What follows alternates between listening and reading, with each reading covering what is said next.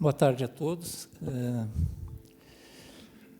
Eu fui convidado para esse evento, não sou médico, e como não sou médico, eu não vou pretender abordar aqui qualquer quesito que tenha a ver com essa área. O meu contato com o tema dependência química, ele vem do tempo que eu permaneci e continuo ainda, né, mesmo na função hoje de procurador de justiça, em contato com o sistema carcerário. Durante quase 18 anos, eu e outros colegas convivemos com a realidade das cadeias dentro dos presídios e, portanto, em contato com presos, com familiares de presos, com a delinquência, então a experiência e o meu relato ele tem uma base empírica, né?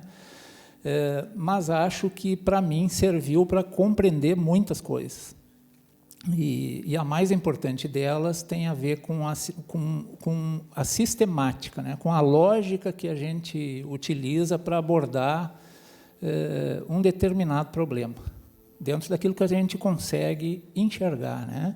E a dependência química, se eu pudesse dar uma opinião, né, eu diria que há muito esforço para tratá-la como se ela fosse causa de alguma coisa, né?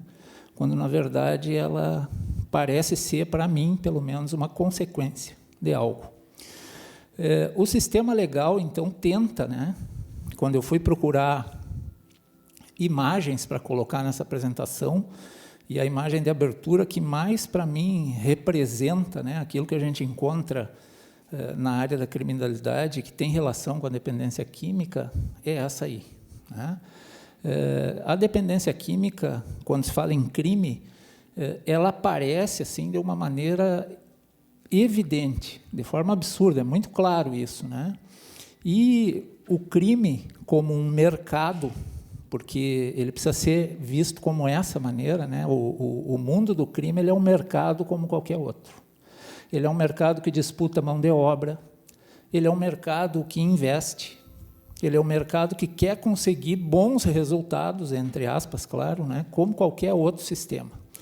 E, na nossa visão de civilização, nós tratamos do assunto, né? Tráfico de drogas e dependência química, enfim, de uma forma que está demonstrando, assim, pelos resultados, no mínimo não ser adequada, né? Mas quem está olhando para dentro dos estabelecimentos penais está vendo que, na verdade, o tratamento legal que nós estamos dispensando para o tema drogas e dependência é o pior possível, né? O que nós estamos fazendo em termos legais, na prática, está alimentando a violência e o crime, né? Nós nos metemos com a nossa sistemática num ciclo.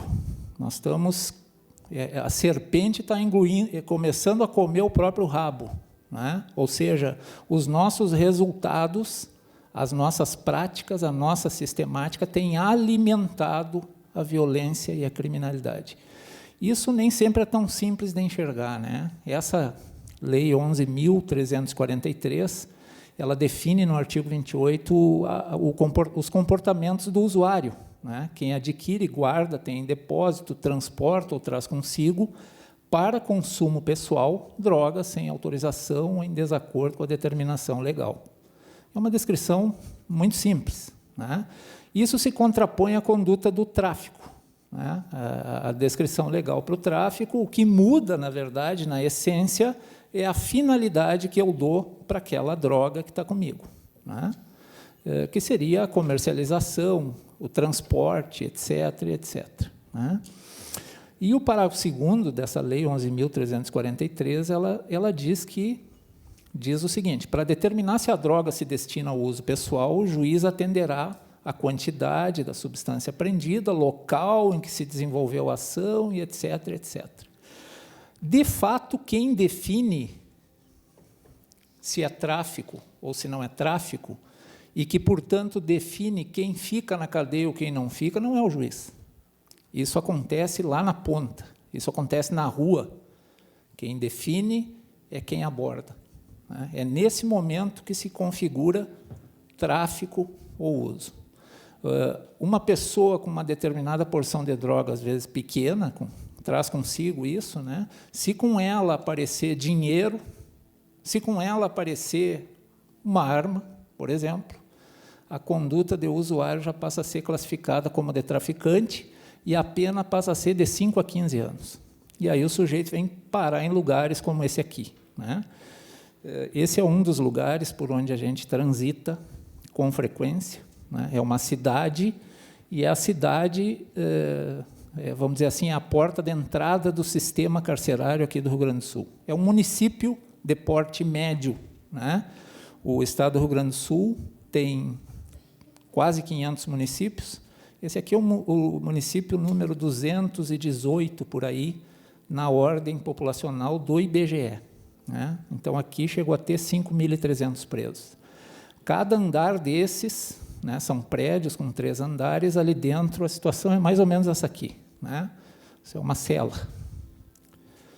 É uma cela onde as pessoas, então, são colocadas, né, para, vamos dizer assim, para que se dê algum destino para elas e que, teoricamente, para que se faça alguma coisa, né, para reverter esse ciclo que, repito, hoje nós estamos apenas e tão somente realimentando. Então, aqui nesses lugares, né, eu pus algumas imagens aqui só para ilustrar.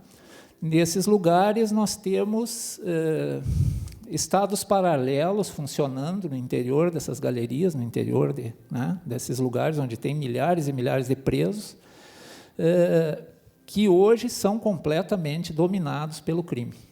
Ou seja, quem define quem vive, quem morre, quem recebe atendimento, quem não recebe, quem paga, quem não paga, a lei que é aplicada, não é o juiz, não é o promotor, não é o governador, não é o presidente, não é o legislador. É o crime. Então, as pessoas entram aqui, são destinadas para o interior das galerias, e lá dentro das galerias, né, eles vão encontrar o quê? Isso. Eles vão encontrar uma grande quantidade de drogas. Só no Presídio Central de Porto Alegre, nos últimos 5 anos, foram apreendidos, né, cerca de 120 quilos de drogas. Apreendido. Nós estamos falando em apreensão, né? É aquilo que não deu tempo de consumir. Porque o que foi consumido são toneladas de droga, né? E o sistema carcerário, ele tem a ver com essa realidade, né? É isso que se pega lá dentro. Arma, droga. Nós estamos falando no quê? Para que um preso precisa disso aqui lá dentro? Ele precisa disso para proteger um espaço que as facções penitenciárias dominam, e que é o espaço onde aqueles que são dependentes químicos serão escravizados. Essa é a realidade da cadeia. Não é diferente disso. Então, vamos dizer que alguém seja preso lá com uma pequena porção de droga e seja classificado inadequadamente como traficante, ele vem parar aqui dentro. Ele pode ser morador de rua, viciado em crack, e isso tem aos montes, né? Ele vai parar aqui dentro. Quando ele chegar aqui dentro, ele vai entrar nessa lógica, né? Ou seja, aqui vai ter um governo paralelo, com leis definidas, com arrecadação de dinheiro que vem do tráfico de droga, da extorsão, inclusive dos familiares dos próprios presos, e vai ter muita gente viciada. Olha, quase todo mundo viciado. Então, a dependência química para o crime, para o mercado criminoso, é um grande negócio, porque é a maneira de que o crime se vale para escravizar quem pisa aqui dentro.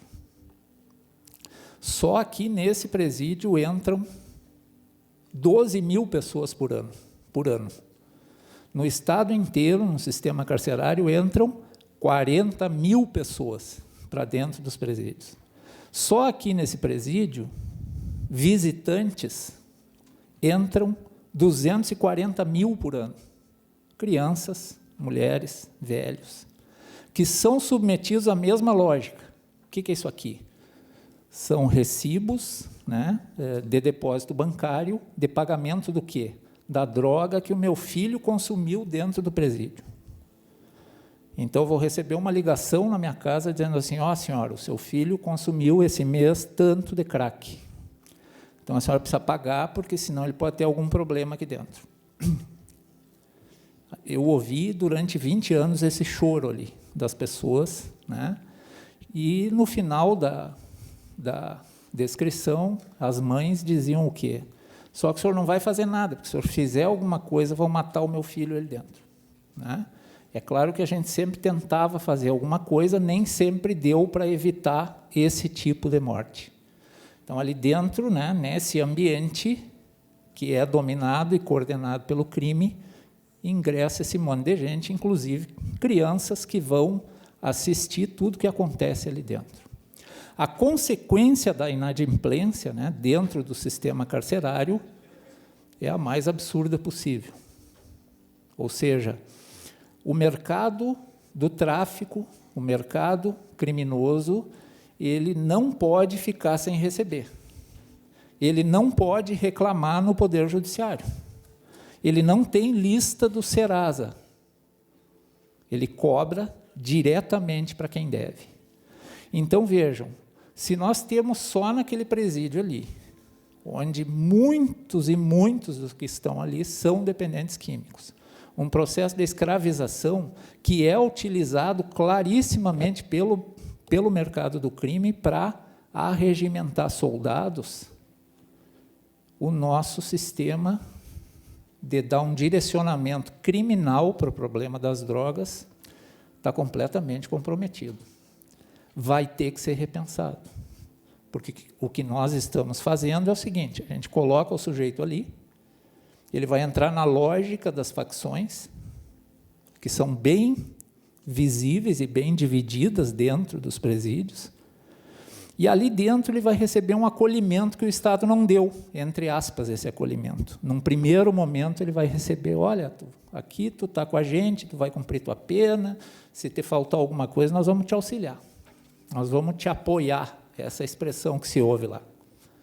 Esse apoio, num determinado momento, vai virar o quê? Cobrança para a prática de crime. Então, o sujeito vai consumir a droga, vai ficar devendo, porque ele não vai ter como controlar a própria dependência ali, porque tem farta droga, quantidade de droga ali sendo oferecida, e quando ele sair dali, ele vai ter uma conta para quitar. E ele vai quitar cometendo novos crimes, trabalhando para o tráfico, e assim sucessivamente, vai entrar de novo no presídio.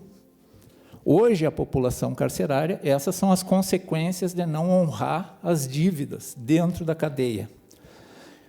São essas. Esses presos, as mães reclamavam lá na promotoria que o preso tinha fugido do regime semiaberto e não tinha aparecido em casa. Para nós, e nós íamos lá procurar, a gente sabia que tinha acontecido isso. Eu vi gente ser morta aqui por R$15. Esses presos estavam enterrados dentro do estabelecimento penal, dentro da área do estabelecimento penal. Essa é a lei do mercado do crime. Nem todo mundo fica sabendo disso, mas acontece. Isso aqui é representativo, né? O valor de alguém dentro da lata do lixo. Mas é a moeda de cobrança do crime. Vamos avançar um pouquinho aqui para ver quem a gente prende, né? Quem é que entra aqui nessa cadeia, que é a porta de entrada. Nós temos 100 estabelecimentos penais no Estado, mas a porta de entrada é o presídio central, onde entra mais gente. Vocês podem ver aqui com relação à instrução, ó, dos 4.000 e poucos presos que estão hoje ali, 4.000 e alguma coisa, metade, no máximo, ensino fundamental incompleto. Ensino fundamental completo, né? Tem só 16 pessoas com ensino superior ali, terceiro grau completo. Quem olha isso aqui pode chegar à seguinte conclusão, bom, então, quem entrou na faculdade não comete crime. Não, nosso direito penal é seletivo, né? Ele vai pegar um pedacinho, ele ainda não é para nós. Nosso direito penal é para o cara que está na boca lá, né? Então, ó, quem é que prende? Quem prende é quem faz o policiamento ostensivo. Brigada aqui. 90 e poucos % das pessoas que entram em cadeia é a brigada que prende. Então, passa a viatura lá na boca de fumo, vai ter lá o quê? Tráfico formiga, gente que está ali, né, defendendo a subsistência, vendendo porcaria, gurizada. O patrão não vai estar ali. O patrão do tráfico não vai estar ali. E o investidor do tráfico, bom, esse nem se fala. Esse está bem longe. Às vezes até está num cargo público, né? Passou num concurso. Preso por faixa etária, até 30 anos de idade, é o azul maior ali e o vermelho que vocês estão vendo. É muito difícil achar preso mais velho hoje, porque todo mundo morre. Eu passei 20 anos falando com gente morta ali. Não no centro espírita, na promotoria. Alguns até apareceram no centro espírita. Então vejam do que nós estamos falando aqui. Essa é a nossa política legal para dar tratamento à dependência e ao tráfico de droga. Dos 4.000 e poucos presos que estão ali no Central, olha quantos estão presos por tráfico. É o azul, a parte azul ali maior. Ó. Metade. Metade. Mas será que entre 4.000 pessoas presas, metade são traficantes de droga? Como é que se dá essa seleção? Como é que se dá essa classificação? É o juiz que faz essa classificação? E esses são pontos importantes que a gente precisa responder, né? Porque quem legisla precisa começar a enxergar o que nós estamos fazendo. Isso aqui é para ter uma ideia da evolução, né? Desde 1990, da massa carcerária aqui no Brasil, né? Não é só no estado do Rio Grande do Sul. Nós fomos de 90.000 para 600 e tantos mil presos. Presos mesmo. Porque existem muitos condenados que estão soltos, porque não tem lugar mais. Terminou o lugar. E quem entrar em estabelecimento penal, salvo raríssimas exceções, em termos de estabelecimento, salvo raríssimas exceções, vai cair naquela lógica. Vai receber um apoio que não é fornecido pelo Estado regular, mas sim pelo Estado paralelo, que está olhando para aquele monte de gente como uma oportunidade de mercado. Oportunidade de mercado. Eu vejo naquele cara mais um para mim, trabalhar para mim, lá na minha boca. Então, eu pago o transporte para a mãe dele ao presídio. Eu pago o médico para a mãe dele. Eu pago. Mas será que eu sou tão bom? Porque se eu fosse tão bom, eu não estaria aqui na cadeia, né? Eu estou investindo.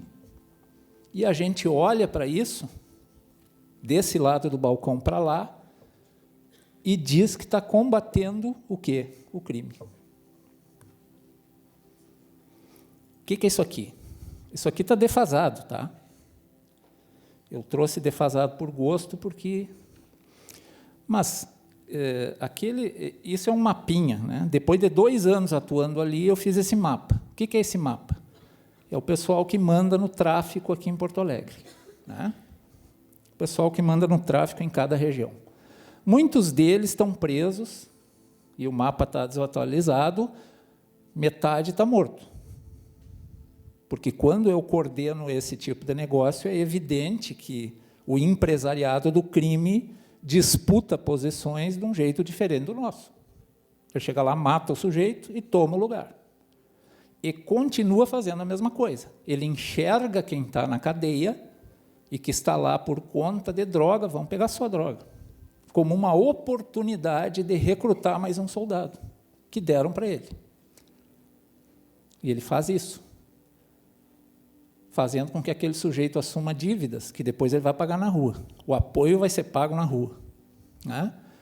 Vejam que 15 anos depois que eu fiz o meu mapa, Zero Hora publicou o meu mapa numa reportagem Os Donos da Cidade. O que nós temos ali? Abertos, Bala na Cara, Conceição e Manos. O que é isso? São facções penitenciárias que se criaram, com exceção de uma delas, dentro dos presídios. Ou seja, o sistema que o crime adota está funcionando. Está funcionando. Esse pessoal não deixa entrar na região deles políticas públicas que poderiam funcionar. Por que eles não deixam? Porque vão perder soldados. Porque vão perder soldados. Por que eles não querem que o presídio mude? Porque eles vão perder soldados se mudar. Mas a gente tem dificuldade, quem trabalha com isso, em mudar o presídio. E por que a gente tem dificuldade? Porque os caras não deixam? Não. Porque presídio é lugar de vingança. Só por isso. Né? Quem foi agredido quer que o presídio seja daquele jeito lá.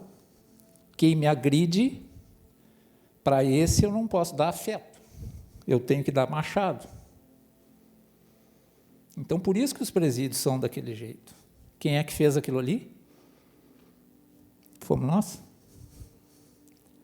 Uma minoria lida com políticas públicas porque passou num concurso, porque foi eleito. Mas a ideia que gera aquele tipo de presídio é uma média sobre aquilo que nós pensamos sobre o nosso suposto inimigo. Suposto inimigo, que é o criminoso. Bom, então nós não estamos mais falando em lei aqui, né? Ou estamos, acho que estamos falando em lei, mas não naquela lei 11.000 e pouco, né? Estamos falando uma outra. Como é que nós podemos quebrar essa lógica? Como é que nós podemos quebrar e mudar o resultado? Eu não sei se vocês sabem, mas o índice de retorno de uma pessoa que passa por um presídio, a chance dela voltar hoje é 70% aqui no estado. Mais uma vitória do mercado do crime. Ou seja, aquele que eu educo pela minha lógica volta para a minha mão. Se estiver vivo, muitos vão acabar daquele jeito lá que a gente mostrou.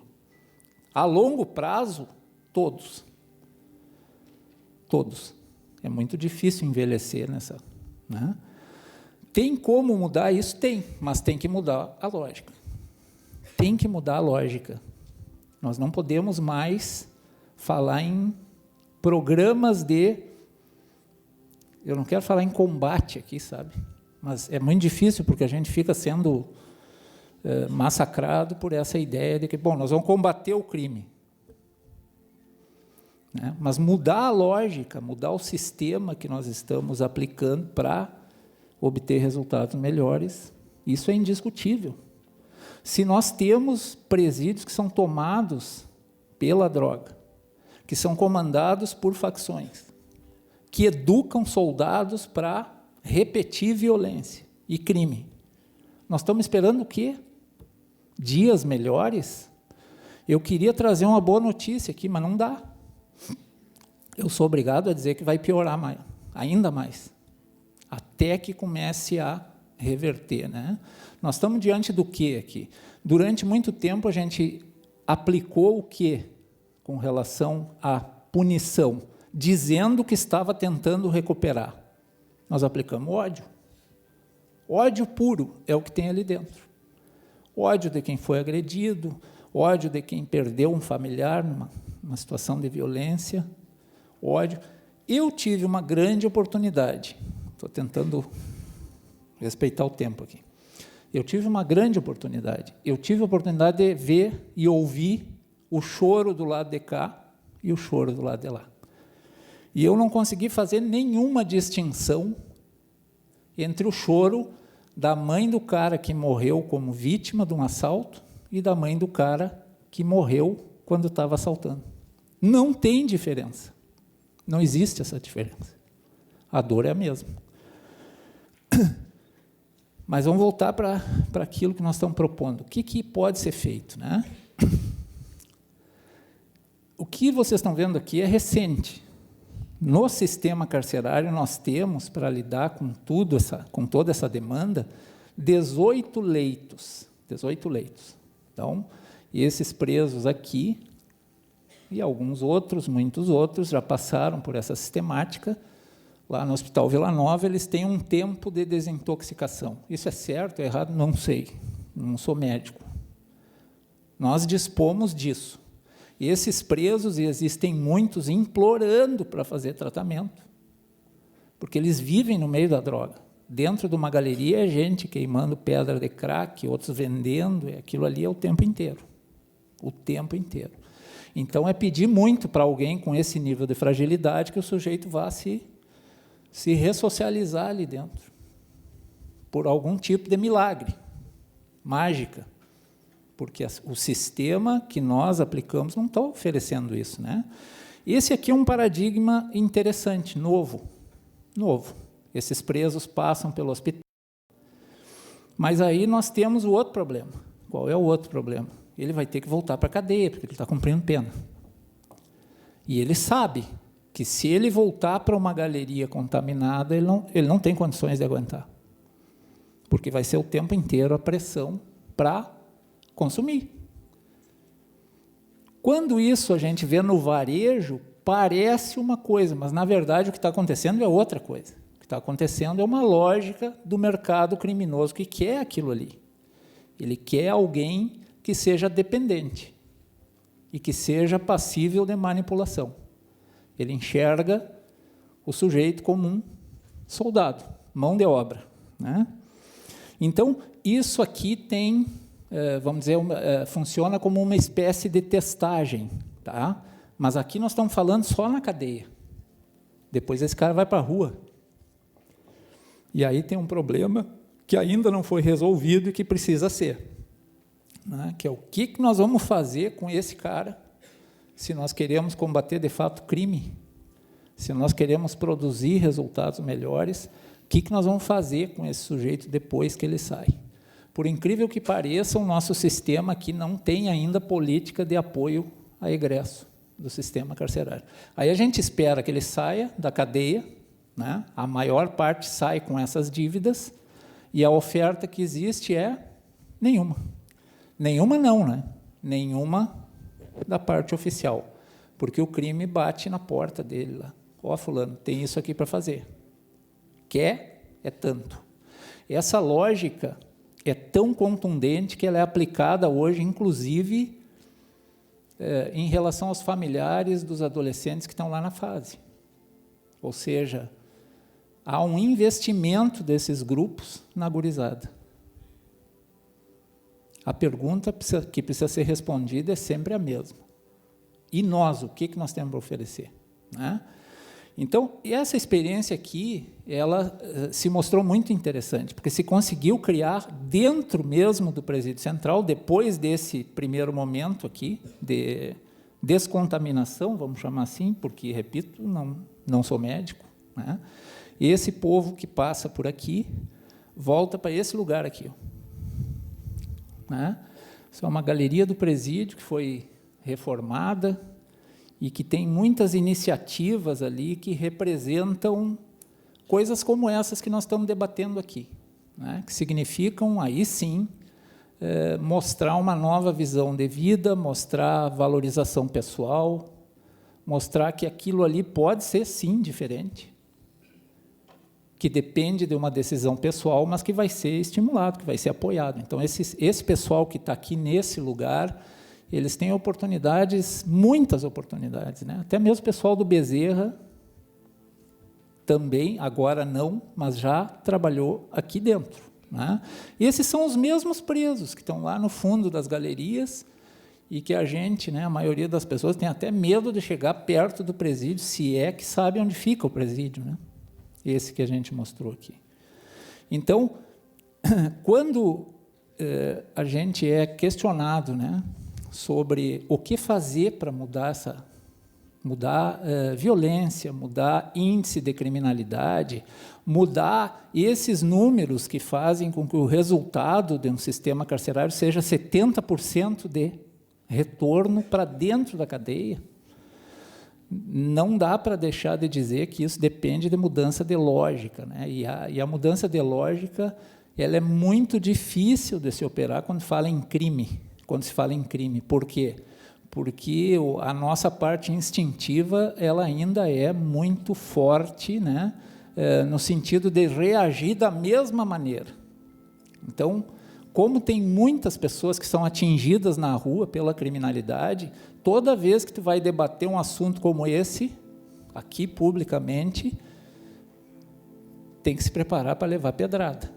Tem que se preparar para ouvir que tu está tentando passar a mão na cabeça de bandido, tu está tentando dar chance para vagabundo, que o cidadão de bem, que não fez nada errado, né? Nós sabemos que essa expressão é um tanto relativa, né?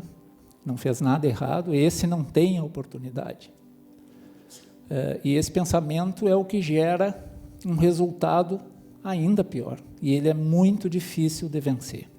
Só há uma maneira de vencer isso: construir aquilo que a gente acha que pode ser feito, como é o caso dessa experiência e de outras, né, que existem ali, e que têm resultados positivos. No sábado, para ir encerrando, eu participei de um almoço, eu e outro colega, até levei meu filho junto, de ex-presos, gente que está de cabeça branca que nem eu e que eu conheci lá dentro da cadeia. E esse pessoal está recuperado, está reintegrado, e eles se reúnem todo ano para reforçar ali a ideia de que tem que ser daquele jeito, né? E teve gente ali que a gente encontrou e que só está ali porque a metodologia aplicada para eles foi diferente dessa massificada, né? Que o sujeito dizia para mim: "O senhor se lembra de mim?" Era gente que era líder de facção, né? E eu disse para o cara: "Olha, tia, é um prazer eu te ver vivo, porque a regra é que tu tinha que estar morto, e tu está vivo." Então, isso para nós demonstra que metodologias diferentes da que a gente emprega nesses lugares podem, sim, produzir resultados muito diferentes. Essas experiências aqui produzem resultados diferentes, né? O problema é que, no Brasil, isso precisa ser pensado, né, num volume e numa amplitude muito maior, né? Mas eu acho que dá para partir do especial para o geral, né? A gente precisa mostrar com números: isso aqui dá resultado diferente, isso aqui tira do crime, isso aqui reduz violência. E as pessoas precisam olhar e precisam participar, né? Acho que eu não tinha o que inventar sobre esse assunto, né? Falei aquilo que eu vi nesse tempo todo e espero ter colaborado. Era isso.